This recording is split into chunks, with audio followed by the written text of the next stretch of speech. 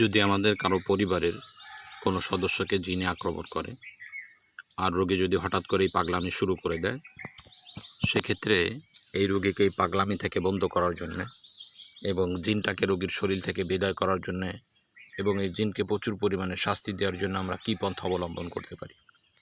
মনে রাখার কথা হলো, জিন্নাতেরা কয়েকটা জিনিসকে ভয় করে থাকে, তার মধ্য থেকে ঠান্ডা পানিকে ওরা প্রচুর পরিমাণে ভয় করে থাকে। তাই যদি কোনো রোগীকে জিনে ধরে, তো সেক্ষেত্রে আমরা যদি কোরআনুল কারীম তেলাওয়াত করতে পারি, তাহলে সূরা জিনের প্রথম থেকে রহাকা পর্যন্ত পাঠ করে পানিতে ফুঁক দিয়ে এই পানিটা রাগান্বিত অবস্থায় রোগীর মুখে বারবার মারতে থাকবেন। ৮-৯ বার মারলেই জিন প্রচুর পরিমাণে শাস্তি পেয়ে রোগী ছেড়ে চলে যাবে। আর যদি পড়তে না পারি, শুধু ঠান্ডা পানি হলেই হবে। এই পানি আপনি বারবার রোগীর মুখে মারতে থাকেন, জিন তাহলে পলায়ন